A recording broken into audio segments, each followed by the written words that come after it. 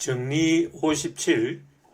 각 개인의 각 감정은 한 인간의 본질이 다른 인간의 본질과 다른 만큼 다른 개인의 감정과 다르다. 내용은 쉬운 내용이죠. 모든 사람의 감정에는 차이가 있다. 그런 말입니다. 그러나 이 단순한 진리를 우리가 좀 더 세밀하게 정확하게 이해할 필요가 있다는 것입니다. 그렇게 할 때에 우리가 실제로 이러한 인간의 감정이 다르다는 것을 인간관계에 적용해 볼 수가 있는 것입니다. 정명을 보시죠. 이 정리는 제2부 정리 13회 주석 뒤에 보조정리 3 다음의 공리 1에 의해 명백하다. 제2부 정리 13회 주석 뒤에 보조정리 3은 어떤 물체가 다른 물체에 의해 움직여지는 일체의 방식은 움직여지는 물체의 본성에서와 동시에 움직이게 하는 물체의 본성에서 생긴다 라고 했습니다. 이것이 우주의 기본적인 원리죠. 모든 운동은 타자의 접촉에 의해서 운동이 발생하는데, 이 경우에 정지된 물체와 운동하는 물체가 혹은 운동하는 물체끼리라도 서로 힘이 가해지면 두 물체의 본성이 합쳐져서 새로운 성질이 발생한다는 것입니다. 사물에 대한 우리의 인식도 사물의 관념과 우리 신체의 관념이 합성으로 이루어지게 되죠. 그래서 새로운 관념이 우리의 머릿속에 혹은 마음속에 나타나게 되는 것입니다. 물론 이제 인간의 신체의 관념이 더 많이 반영된다는 것을 일체유심조라는 용어로 앞선 강의에서 설명한 기억이 납니다. 그러나 그럼에도 불구하고 우리는 이것을 세 가지의 기본적 감정의 정의에 의해 증명할 것이다. 즉 이렇게 설명하면 단순하게 쉽게 설명이 되는데, 조금 더 우리가 지금 감정을 다루고 있기 때문에 같은 말이지만 조금 다른 방법으로 설명을 시도해 보는 것입니다. 모든 감정은 우리가 부여한 정의가 밝혀주는 것처럼 욕망, 기쁨 또는 슬픔에 관계되어 있다.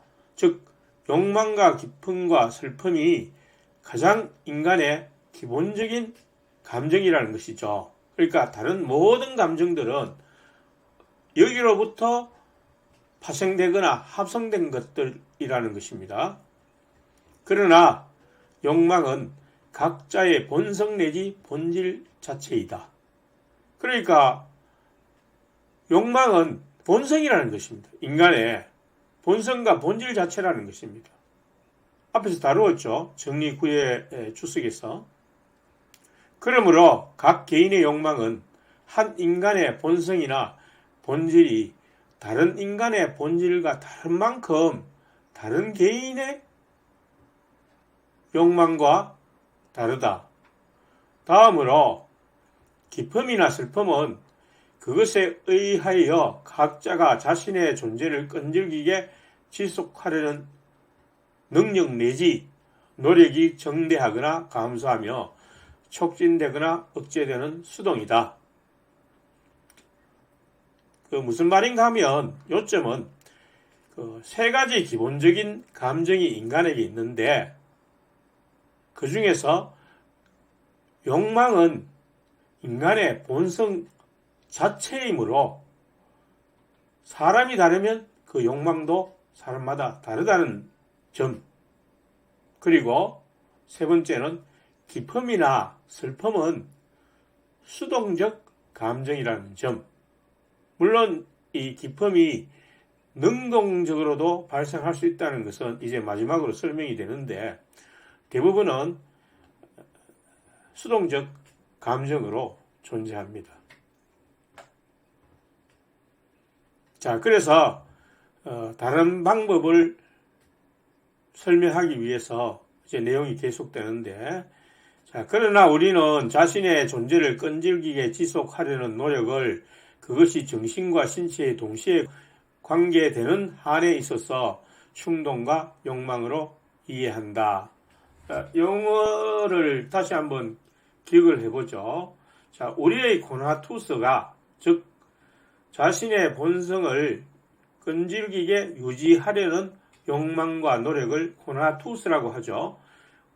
번역하기가 뭐하니까 그냥 코나투스라고 하는 것이 가장 좋을 것 같습니다. 이 코나투스가 정신에만 관련이 있을 때 그것을 의지라고 하고, 정신과 신체에 동시에 관계되어 있을 때 그것을 충동으로 부른다고 스피노자가 말합니다. 그리고 욕망이라는 것은 이 충동이 인간에 관계되어 있을 때 욕망이라는 단어를 사용한다고 합니다. 그래서 저 동물이, 저 사자가, 저 개가 욕망이 많아, 이런 표현은 사용하지 않는다는 것입니다.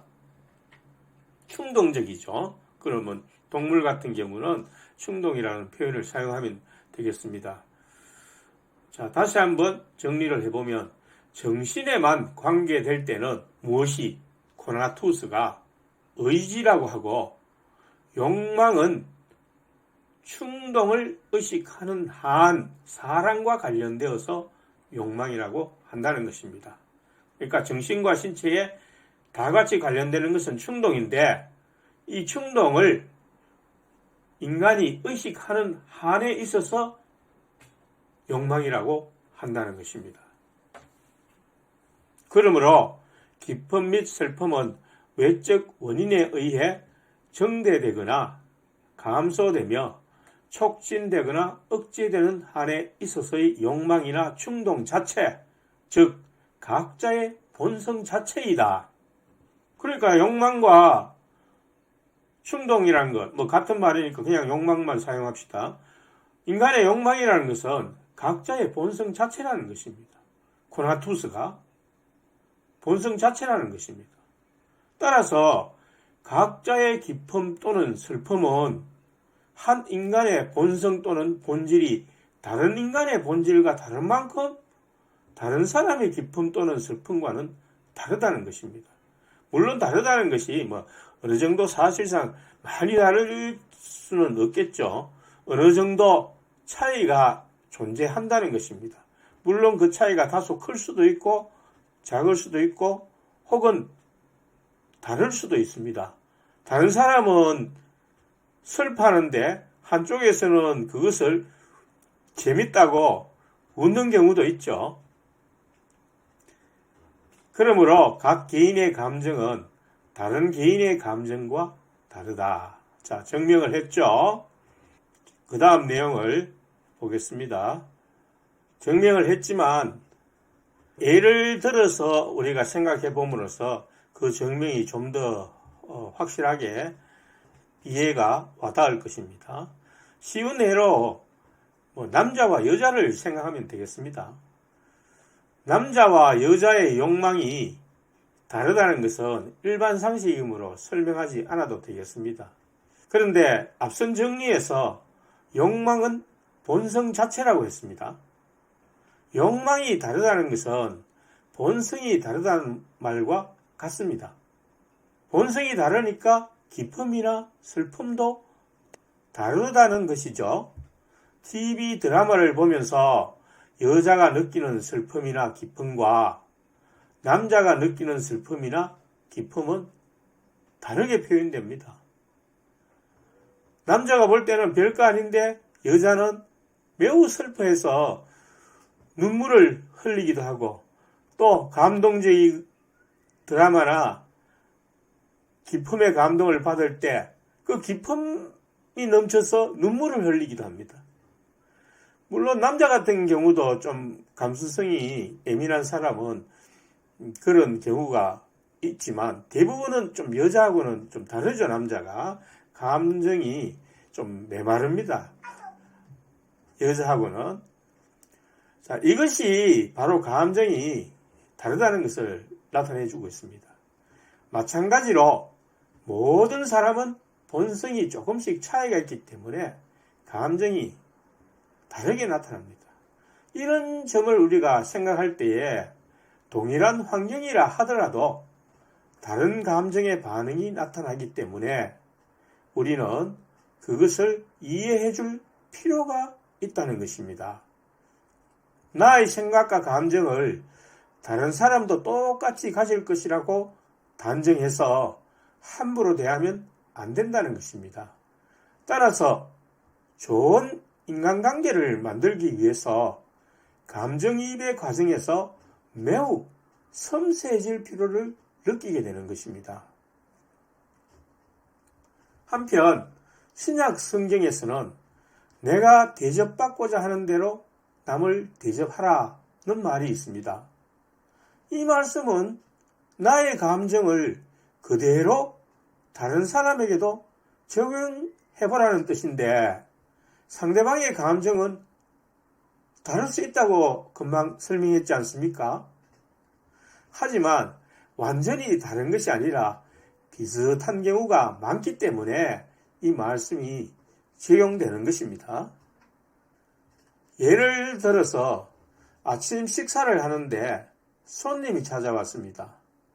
그러면 그 손님이 아침을 안 먹었다는 것을 알고 아침 식사 좀 같이 합시다 라고 권유하겠죠. 이것은 감정이입입니다. 아이고, 아침을 안 먹었으니까 배가 고프겠구나 이런 생각을 가지는 거죠.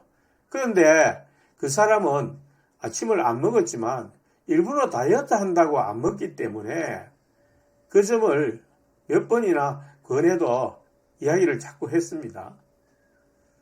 근데 계속 권유한다면 신뢰가 될 수도 있겠죠.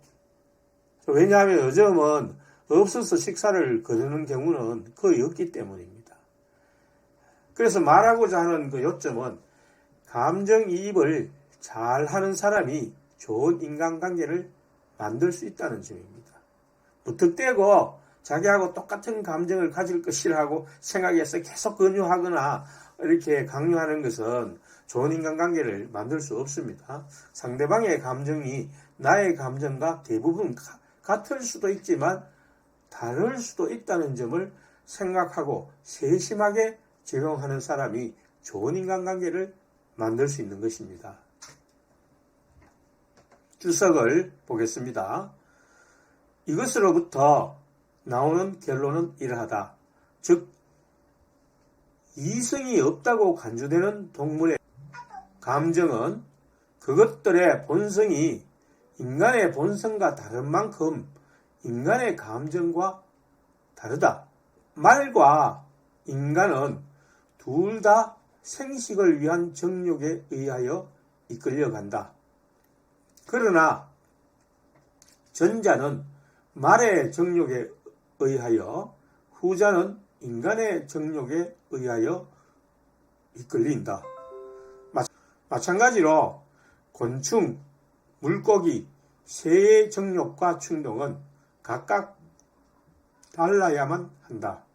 그러므로 각각의 개체는 자신에게 부여된 본성에 만족하여 살며 그것을 즐기지만 각자가 만족하고 있는 그 상과 즐거움은 그 개체의 관념 또는 영혼일 뿐이다. 이 말은 좀 어려운 것 같아서 쉽게 표현하면 그 개체의 관념 또는 영혼이라는 말은 본질 또는 본성으로 바꾸어 생각하면 되겠습니다. 그 개체의 본질 또는 본성일 뿐이다.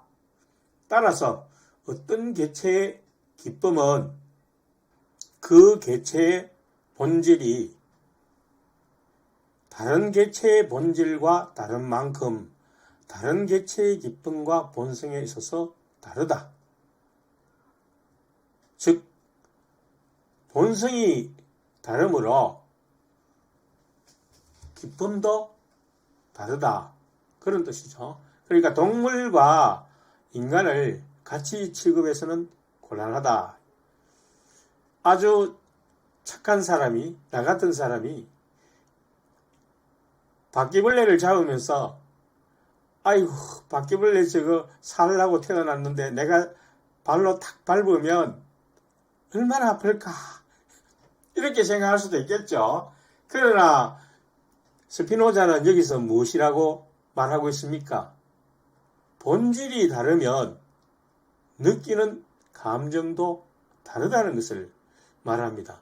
물론 곤충이 느끼는 아픔이나 고통과 또 포유류가 느끼는 고통과 아픔이 인간이 느끼는 아픔과 고통과 각각 다르다는 것입니다. 공동성이 많을수록 어느 정도 비슷하겠죠. 같은 부류일 가능성이 많으니까.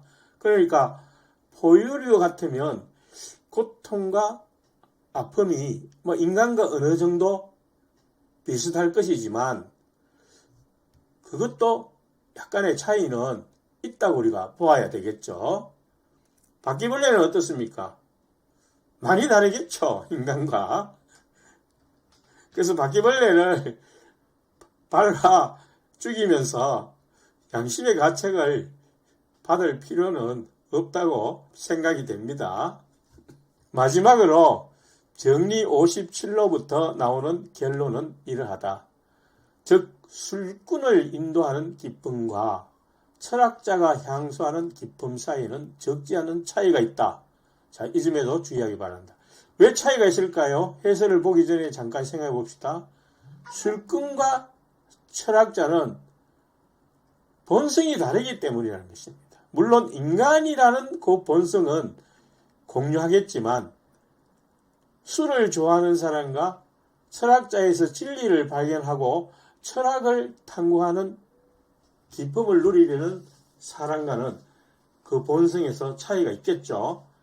그래서 이 기쁨도 적지 않은 차이가 있다는 것입니다. 술꾼의 본성과 철학자의 본성의 차이가 있듯이 술을 마시고 도파민을 분비하는 기쁨과 철학적 진리를 탐구하는 성취감은 다른 것입니다. 전자는 신체적 쾌락이요 후자는 정신적 만족인 것입니다. 작용을 받는 한에 있어서의 인간에 관계되는 감정에 관해서는 이점 해두자. 작용을 받는 한에 있어서라고 했으니까 무엇입니까? 수동이죠. 그러니까 수동적 감정에 관해서는 이 정도로 마무리하겠다. 그런 말입니다. 남아있는 것은 작용을 하는 한에 있어서 인간이 관계되는 감정이니까 능동적 감정도 있다는 것입니다. 몇 가지 덧붙이겠다. 그 말이죠. 수동적 감정에 대해서는 상당히 다루었으므로 능동적 감정에 대해 몇 가지 점을 추가하겠다고 스피노자는 말하고 있네요. 정리 58.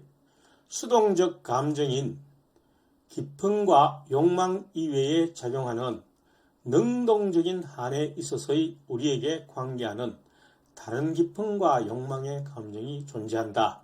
자, 여기서 능동적 감정이 존재하는데 기쁨과 욕망을 소개하고 있습니다. 욕망에 대해서는 앞에서 제가 능동적이라는 점을 많이 설명을 드렸죠. 능동적 기쁨과 욕망의 감정이 존재한다는 것입니다. 스피노자는 다른 감정은 언급을 하고 있지 않습니다. 아마 아무리 생각해도 다른 감정들은 모두 수동적인 것 같습니다. 능동적 감정은 오직 기쁨과 욕망만이 존재한다고 스피노자도 말하고 있습니다. 저도 그렇게 생각을 합니다. 정명, 정신은 자기 자신 및 자신의 활동 능력을 파악할 때 기쁨을 느낀다. 자, 여기서 정리 53에 의해 해가지고 앞에서 다루었죠. 자신의 활동 능력이 좀 더 정확히 말하면 증가하는 것을 알 때에 기쁨을 느낀다는 것입니다. 자, 달리 표현하면 이 정리 53은 우리가 능동적인 성취감을 느낄 때 행복하다는 점입니다. 그런데 정신은 참된, 즉 타당한 관념을 파악할 때 필연적으로 자기 자신을 고찰한다. 자, 이 말은 조금 어렵죠. 철학이나 진리 탐구를 할 때 반성하게 된다는 것입니다. 여기서 반성은 뭐 잘못을 뉘우친다는 그런 뜻이 아니고 성찰하고 회고하게 되고 자기 자신을 생각해 보게 된다는 것입니다. 즉 자기가 탐구하고 있는 그 어떤 진리를 다루는 명제에서 일말의 오류라도 있는지 다시 살펴보고 또 살펴보게 된다는 것입니다. 그렇게 해서 조금의 의심도 남지 않을 때 확신하게 되고 그것이 이성적 인식, 제2종 인식이 된다는 것입니다.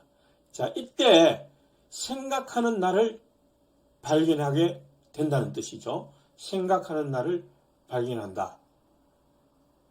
칸트 용어로 말하면 선음적 통각 혹은 초월적 통각을 가리킵니다. 그런데 정신은 타당한 관념을 파악한다. 그러니까 어떤 진실이나 사물에 대한 개념을 파악하는 것은 정신이라는 것이죠. 그래서 그것을 계속 탐구하고 자세히 볼 때에 또 다른 이론들을 참조할 때에 사물의 일반적인 개념을 형성하게 된다는 것입니다. 그러니까 이 사물에도 있고 저 사물에도 있고 이와 같은 공통적인 개념도 알게 되겠죠. 그것은 진리라고 말할 수 있는 것입니다. 모든 사물에 공통적으로 나타나는 속성, 신의 속성이죠. 이러한 과정은 정신의 능동적인 작용으로 인해서 이루어지게 되죠. 저절로 이루어지는 것이 아니잖아요. 그것을 성찰하고 생각하고 다시 정립하고 하는 그 과정들은 정신의 능동적인 작용이라는 것입니다. 이러한 정신의 능동적인 작용을 칸트 표현으로 빌리자면 지성의 자발성, 즉 지성이 그 직관을 분석하고 구상하고 통각을 통해서 12범주의 형식에다가 포착하게 된다는 것이죠. 말이 어려우면 이 부분은 그냥 넘어가도 됩니다.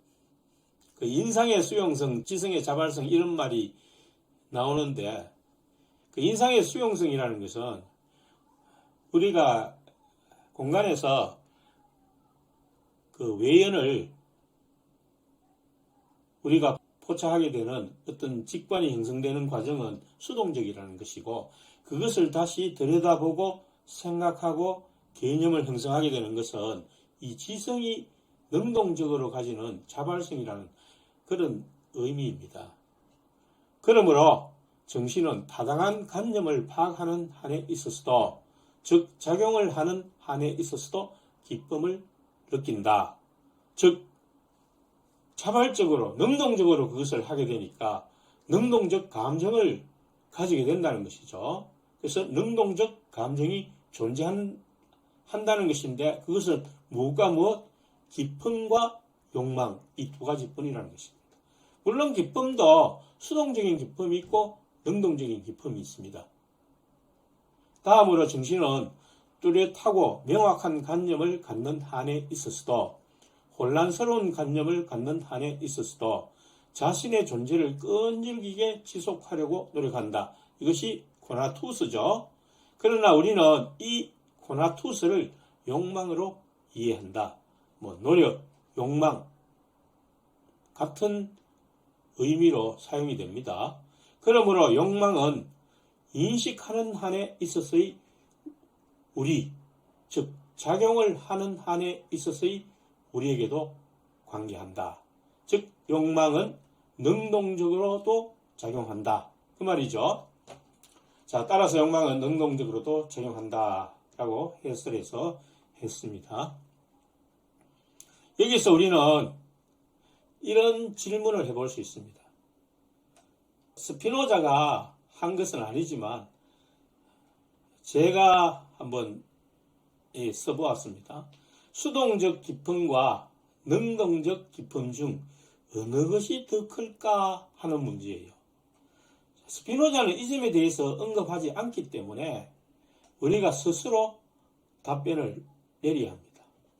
제가 생각할 때는 능동적인 기품, 곧 인간은 활동을 능동적으로 하여서 자신의 능력을 키우고 사회에 기여함으로써 얻게 되는 성취감이 훨씬 크다고 생각합니다. 여러분은 어떻게 생각하는지 스스로 질문해 보시기 바랍니다. 자, 이제 마지막 정리 59를 다루겠습니다. 정리 59. 작용을 하는 한에 있어서의 정신에 관계하는 감정에는 기품 또는 욕망에 관계하는 것이 있을 뿐이다. 자, 능동적 감정은 오로지 기품이나 욕망과 관련되어 있을 뿐이라고 했죠. 슬픔을 능동적으로 만드는 사람이 있겠습니까? 없겠죠. 또 어떤 욕망이 수동적으로 달성되지는 않을 것입니다. 능동적인 노력에 의해서 비로소 욕망은 성취될 수도 있을 것입니다. 그러니까 흔히 종교인들이 어떤 기적이 일어나서 인간이 구원이 된다든지 이 세상이 변화되어서 착한 사람만 남고, 즉 다시 말하면 자기네 종교를 믿는 사람만 살아남고 그 외에는 몽땅 죽는다는 그런 이원론적인 기적에 의한 생각들이 잘못되었다는 것을 이 정리에서 알 수 있죠. 어떤 욕망은 수동적으로 달성되지는 않습니다. 우연히 달성되기를 기대하는 그 자체가 잘못된 것이죠. 능동적인 노력이 있어야 비로소 성취될 수 있습니다. 흔히 우리가 운이 좋아 될 수 있다는 로또 복권 같은 경우도 능동적인 노력이 없으면 결코 이루어지지 않습니다. 돼지 꿈을 꿔가지고 또 용 꿈을 꿨다고 해서 복권 사니까 되었다. 그런 말은 만들어낸 말이죠. 증명 보도록 합시다. 모든 감정은 우리가 그것들에 대해 부여한 정의가 보여주는 것처럼 욕망, 기쁨 또는 슬픔에 관계하고 있다. 그러나 우리는 슬픔을 정신의 사유 능력이 감소하거나 억제되는 것으로 이해한다. 지금부터는 거의 쉬운 말 같아요. 끝까지. 그러므로 정신이 슬픔을 느끼는 한에 있어서 정신의 인식 능력, 활동 능력은 감소되거나 억제된다. 따라서 작용하는 한에 있어서의 정신에는, 즉 능동적 정신에는 어떤 슬픔의 감정도 관계될 수 없다. 즉 앞에서 설명한 것처럼 자기가 능동적으로 슬픔의 감정을 갖기 위해서 욕망하거나 노력하는 사람이 있습니까? 없다는 뜻입니다.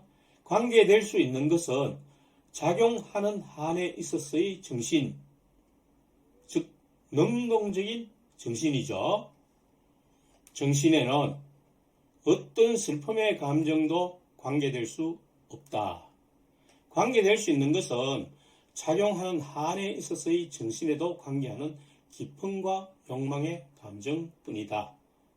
앞서 이미 설명드린 대로 능동적인 정서는 기쁨과 욕망 이 두 가지 뿐이라고 말합니다. 주석을 보시죠. 인식하는 한에 있어서의 정신에 관계하는 감정에서 생기는 온갖 활동을 나는 정신의 힘으로 간주하며 그것을 용기와 아량으로 나눈다. 자, 두 가지 감정을 다시 소개합니다. 용기, 아량. 자, 용기와 아량이 어떻게 다른지를 설명하고 있습니다. 용기란 각자가 오직 이성의 명령에만 따라서 자신의 존재를 보존하려고 하는 욕망이라고 나는 이해한다. 여기에서는 만용은 들어가지 않습니다. 만용은 이성의 명령이 아닙니다. 자기를 과시하고자 하는 어떤 영웅심리에서 나오는 감정에 의한 명령이 되겠죠. 이성의 명령은 용기가 됩니다. 자기를 위한 것이다. 즉 이것은 자기 자신을 위한 이성의 명령이라는 것이에요. 용기라는 것이. 아량이란 각자가 오직 이성의 명령에만 따라서, 자, 이성의 명령에 따르는 것은 용기와 같죠. 다른 사람들을 돕고 그들과 친교관계를 맺으려고 애쓰는 욕망이라고 나는 이해한다. 즉 이것은 자기를 위한 것이 아니고 타자를 위한 것입니다. 다시 설명이 되고 있습니다. 나는 행위자의 이익만을 의도하는 행동을 용기로 간주하고 자기 자신만을 생각해서 행동하는 것은 용기이고 다른 사람의 이익도 의도하는 행동을 아량으로 간주한다. 그러니까 예를 들어서 어떤 전쟁터에서 누군가 용감하게 싸워서 군의 사기를 올려야 되는데 모두 겁을 내고 있다면 그 중에서 용감한 한 사람이 용기를 내가 적장과 싸우겠다 이렇게 말하면 그것은 만용입니까? 용기입니까? 우리는 보통 용기로 알고 있죠. 그런데 스피노자의 정의는 자기 자신을 위한 것이 용기라고 말합니다. 그럼 타자를 위해서 만약에 그런 제안을 했다면 그것은 아량이라고 표현한다는 것입니다. 조금 우리가 생각하는 것하고는 다른 어떤 의미인 것 같지만 스피노자의 정의를 따라가기로 합시다. 나는 행위자의 이익만을 의도하는 행동을 용기로 간주하고 다른 사람의 이익도 의도하는 행동을 아량으로 간주한다. 즉 스피노자는 그렇게 간주하겠다는 것입니다. 그러므로 절제, 금주, 위험에 처했을 때의 침착 등은 용기의 일종이다. 왜? 자기 자신을 위한 거니까. 그러나 예의, 자비 등은 아량의 일종이다. 이것은 다른 사람도 생각하는 행동이니까 그렇다는 것이에요. 이것으로서 나는 세 가지 감정, 즉 욕망, 기쁨, 슬픔의 합성으로부터 생기는 주요한 감정들과 마음의 동료를 설명하고 그것들을 제1원인, 즉 제1원인이라는 것은 기쁨, 슬픔, 욕망이라는 기본적인 감정을 말하는 것이죠. 그래서 이러한 기본적인 제1원인이 되는 감정에 의해 밝혔다고 생각한다. 무엇을? 합성된 감정들과 마음의 동료를 일으키는 그러한 감정들을 이 세 가지 기본적인 감정으로부터 밝혔다고 생각한다는 것입니다. 이미 말한 것으로부터 우리는 외부의 원인들에 의하여 여러 가지 방식으로 휘둘리며 맞바람에 요동치는 바다의 파도와 같이 우리의 앞일과 운명을 알지 못한 채 동요한다는 것이 명백하다. 우리는 우리의 운명, 앞일을 아무도 알 수가 없죠. 여러 가지 원인들과 여러 가지 방식으로 나타나기 때문에 어떤 한 가지 방식이라고 집어서 알 수가 없는 것입니다. 그러나 나는 주요한 것들만을 설명했다고 말했고 있을 수 있는 모든 마음의 갈등을 밝혔다고 말하지는 않았다. 왜냐하면 위에서와 같은 방법으로 진행함으로써 우리는 사랑이 후회, 경멸, 치욕 등과 결합된다는 것을 쉽게 밝힐 수 있기 때문이다. 진실로 이미 말한 것으로부터 다양한 감정들이 수많은 방식으로 서로 얽혀 그로부터 헤아릴 수 없을 정도로 많은 변종들이 생길 수 있다는 것이 누구에게나 명백하다고 나는 믿는다. 그러나 나의 목적을 위해서는 주요한 감정들만을 일가하는 것으로 충분하다. 왜냐하면 내가 생략한 여타의 감정들을 고찰하는 것은 유용성보다는 호기심의 차원이기 때문이다. 자, 여기까지 내용이 아주 편리하게 이해되도록 설명하고 있습니다. 다른 많은 감정들을 논하는 것은 단순히 호기심을 만족시킬 수는 있어도 원리적 차원에서는 이미 다룬 감정만으로 충분하다고 스피노자는 말하고 있습니다. 그러나 사랑에 관하여 주의해야 할 것이 남아있다. 자, 사랑에 관해서 주의해야 할 것이 남아있다고 하니까 우리는 어떤 것이 생각납니까? 남녀 간의 사랑이라든지 혹은 아가페와 같은 신의 사랑이라든지 친구 간의 우정이라든지 이런 것이 얼른 떠오르죠. 그런데 여기서 말하는 사랑은 그것이 아닙니다. 자, 사랑의 정의를 다시 한번 생각해 볼까요? 사랑이 무엇입니까? 기쁨을 증가시켜주는 외부 사물 또는 그것의 관념에 대한 감정을 사랑으로 정의했습니다. 그래서 배고플 때 음식을 사랑합니다. 왜냐하면 음식은 나의 기쁨을 증가시켜 주기 때문이죠. 그래서 스피노자는 사랑에 관하여 주의를 주기 위해서 음식의 예를 듭니다. 자, 그 예를 들기 전에 약간 부연 설명을 하고 있습니다. 그것은 자주 일어나는 이러한 일이다. 자, 그것이라는 것은 사랑에 대해서 주의를 주기 위해서 말하고자 하는 것입니다. 즉, 우리가 욕망했던 대상을 향수하는 동안, 여기서 욕망했던 대상이라는 것은 바로 사랑했던 대상을 말하는 것입니다. 향수하는 동안, 즐기는 동안, 그 말이죠. 바로 그 즐김에 의하여, 향수에 의하여 신체는 새로운 상태로 변화하며 이 상태에 의하여 신체는 다르게 결정되고 신체가 변한다는 것입니다. 우리가 사랑했던 것을 향수하는 그 과정에서 시간이 흐르면서 신체가 변해버린다는 것입니다. 사물에 대한 상이한 심상이 신체 안에 환기되며 동시에 정신은 다른 것을 표상하고 다른 것을 바라기 시작한다. 참 인간이 그러니까 아주 간사하다는 말이 바로 이 과정에서 나타나는 것입니다. 이전에는 그렇게 사랑하고 좋아하던 것이 갑자기 자기가 좀 만족스럽게 되거나 신체가 변하니까 획 바뀌어버리는 것입니다. 예를 들면 맛으로서 언제나 우리를 기쁘게 하는